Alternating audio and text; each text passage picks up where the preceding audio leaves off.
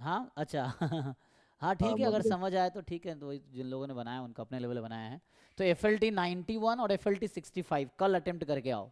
ये with portal पे already with solution है, लेकिन चूंकि हो सकता है वहाँ सॉल्यूशन गलत हो या आपको समझ नहीं आ रहा हो, है ना।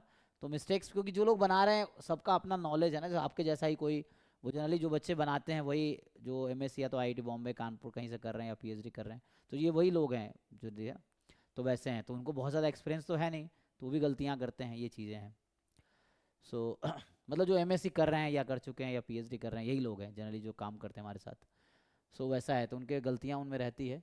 तो विथ सॉल्यूशन ऑलरेडी है, आप अटेम्प्ट करो, सॉल्यूशन मिलेगा, पहले खुद सॉल्व करना, उसके बाद रीचेक करो कहाँ कहाँ गलती हुई, फिर उनका सॉल्यूशन देखो उन्होंने क्या किया है। आप फिर से उन क्वेश्चन को सॉल्व करो जो आपसे नहीं होगा फर्स्ट टाइम में, सेकंड टाइम करो। सेकंड टाइम में भी जो नहीं होता है सॉल्यूशन है उससे मैच करो। जो फिल्टर होकर जो डाउट आएगा वो कल हम डिस्कस करेंगे। तो पहले आप डाउट को फिल्टर करना, एक बार अटेम्प्ट किया सबमिट कर दिया, अब सब पूछ रहे हैं एक एक करके, उससे सीखने को नहीं मिलेगा।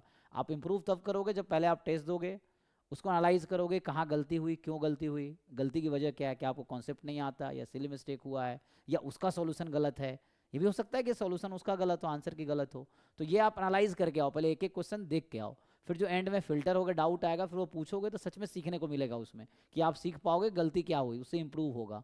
ये चीज़ें हैं, तो इसलिए ये कल FLT 91 65 अटेम्प्ट करके आओ, विथ सॉल्यूशन है। कल हम लोग इसका डिस्कस करेंगे, जो आपके डाउट्स होंगे तो डाउट्स फिल्टर करके लाओ, डाउट्स डिस्कस होगा कल, ठीक है। तो इसका टाइम वही रहेगा कल का, जो अभी क्या था 9 to 11 था ना। सो 9 to 11, क्योंकि 7 to 9 में अभी नेट का बैच चल रहा है, नेट का PYQ चल रहा है, और इसमें अभी हम लोग मॉक टेस्ट कर रहे हैं, ठीक है। बाकी अभी डाउट क्लास होगी, तो जिनको डाउट होगा पूछ सकते हैं, ठीक है जी। सर एक बार क्वेश्चन 11 की सीढ़ी में डाउट था। अच्छा देखिए, तो डी और 11th, डी ऑप्शन। तो 11th जो कह रहा है, ये तो बेसिक कॉन्सेप्ट पे थ्योरेटिकल है। Central limit theorem assumes that the sampling distribution of mean, sampling distribution of mean, मतलब ये कहना चाह रहा है कि सैम्पल मीन एक्चुअली बोलना चाह रहा है, सैम्पल मीन एक्चुअली। तो ये वर्ड थोड़ा क्या ना, मतलब सेंट्रल लिमिट थ्योरम क्या assures that, sorry, central limit theorem assures us that sample mean actually लिखना चाह रहा है, ठीक है ना। Sample mean is always normal, वो नॉर्मल हमेशा थोड़ी होता है, कन्वर्ज करती है इन डिस्ट्रीब्यूशन टू नॉर्मल, है ना, तो ये गलत है। Appears normal when n is large than 100, जरूरी नहीं है। अप्रोचेस, यहाँ अप्रोचेस थोड़ा करेक्ट करना पड़ेगा, है ना। Approach in the sense converges in distribution to, क्योंकि अप्रोचेज वर्ड डिफाइन नहीं है, तो हमें यहाँ डिफाइन करना पड़ेगा, क्योंकि जो कन्वर्जेंस है यहाँ 4 तरह का हमारे सिलेबस में है। Convergence almost surely, convergence in mean, convergence almost क्या हो गया, इन डिस्ट्रीब्यूशन, और क्या क्या रह गया, इन distribution, in probability, mean in square. Mean और ऑलमोस्ट श्योर, है ना।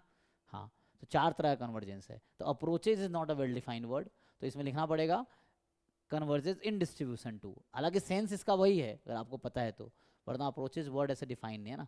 तो converges in distribution to normality as sample size increase नहीं as very for large sample size, है ना। या अप्रोक्सीमेट्स टू, मतलब चल जाएगा ये वर्ड ऐसे, कि नॉर्मल डिस्ट्रीब्यूशन जैसा होगा, जैसे जैसे सैम्पल साइज इंक्रीज करेगी, बहुत लार्ज है तो उतना ज़्यादा अप्रोक्सीमेट करेगा ना, इस तरह से। तो पूछिए डाउट क्या है आपका, ठीक है ना। ये तो डी और सी में फर्क क्या है? Is always normal, always normal नहीं है ना, नॉर्मल होना और नॉर्मल में अप्रोच करना अलग अलग चीज है ना। तो but for large sample size. Is always normal for large samples, मतलब वो जो एक्स बार है, ओके, मतलब ये तो वर्ड का गेम हो गया ना वैसे, हाँ। जैसे एक अप्रोचेज है, तो मेनली वो जो बनाना चाह रहा है, जिसने क्वेश्चन बनाए हैं, वो आपको बनाना चाह रहा है कि, मतलब वो चूंकि ऐसा होता है ना, हम लोग सेंट्रल थ्योरम में ऐसा थोड़ी लिखते हैं CLT में, कि एक्स बार इज नॉर्मल, ऐसा तो नहीं लिखते हैं। हम लोग क्या लिखते हैं, x bar converges in distribution, मतलब एक्स बार माइनस म्यू। तुम लिख सकते हो कि एक्स बार कन्वर्जेस नॉर्मल जो भी बनता है क्या, म्यू कॉमा सिग्मा स्क्वायर भाई, है ना, ऐसा चल जाएगा। ये इसी को दूसरे तरीके से ऐसा लिखते हैं ना, 0 1, ये चीज़ है। तो ये कन्वर्ज करती है इन डिस्ट्रीब्यूशन, एग्जैक्टली होगी, मतलब अप्रोक्सीमेट होगी ना, कहना ये चाह रहा है वो। बाकी वही मतलब वही जो आप कहना चाह रहे हो, क्योंकि यहाँ पे जैसे लिखा है approaches normally as sample size increases, और is always normal for large sample size. तो लार्ज सैम्पल साइज के लिए नॉर्मल होगी नहीं, it will be approximated to normal, है ना, it will converge to normal actually. मतलब यही वर्ड का थोड़ा गेम है और कुछ नहीं है, क्योंकि इसको हम ईज नहीं पढ़ते ना, ये मेन कन्वर्जेंस है। तो अप्रोचेस कह दिया तो समवॉट बेटर है देन ईज, है ना। जैसे मुझे याद है मैं आईआईटी बॉम्बे का इंटरव्यू दे रहा था, मुझे ही पूछा गया था, तो मैंने वहाँ बोला था जब पहली बार, दिस फॉलोज नॉर्मल डिस्ट्रीब्यूशन, बोला फॉलोज क्या होता है, फॉलोज का डिफाइन करो। तो वो गलत था ना, फॉलोज बोलना गलत है वैसे ही, वैसे अप्रोच बोलना भी गलत है वैसे स्ट्रिक्ट सेंस में देखोगे तो, है ना। वो चीज़ें हैं कि वर्ड को डिफाइन, वर्ड डिफाइन होना चाहिए, वेल डिफाइन, जो वर्ड यूज़ करो वेल डिफाइन होने चाहिए, ये चीज़ है। टेंस बोल सकते हैं, नॉर्मलिटी। टेंस टू भी नहीं बोल सकते, टेंस टू अलग चीज़ है ना। ये कन्वर्जेंस है, कन्वर्जेंस इन डिस्ट्रीब्यूशन, क्योंकि टेंस टू तो नंबर में अप्रोच करता है, यहाँ पे कन्वर्जेंस इन डिस्ट्रीब्यूशन, क्योंकि इसकी एक डेफिनेशन है। तो उस डेफिनेशन के अकॉर्डिंग ये है कि इसका CDF इसके CDF के इक्वल होगा जब हम n टेंस टू इन्फिनिटी करेंगे। अदरवाइज ऐसा नहीं होगा, हम ऐसा नहीं कहेंगे ये नॉर्मल ही आएगा, नॉर्मल नहीं आएगा वो, या x बार नॉर्मल नहीं आएगा लार्ज सैंपल साइज के लिए भी।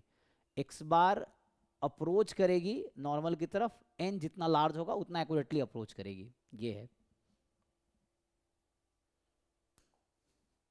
ये ओके। अप्रोक्सीमेट काइंड ऑफ बोल सकते हैं, बट अप्रोच करेगी, ये है। ठीक है ना। तो कल का फाइनली एजेंडा क्या है, तो कल का ये है जो हम देख रहे थे, कल का ये अपना ग्रुप में भेज दूंगा मैं शेड्यूल, सो दैट बाकी लोग अटेम्प्ट कर लेंगे। FLT 91 65 अटेम्प्ट करते जाओ, सीखते जाओ, मैं कह रहा हूँ कुछ भी करो वो तुम्हारे प्रिपरेशन को हेल्प कर रहा है, कुछ नहीं करोगे तो दिक्कत है, ठीक है ना।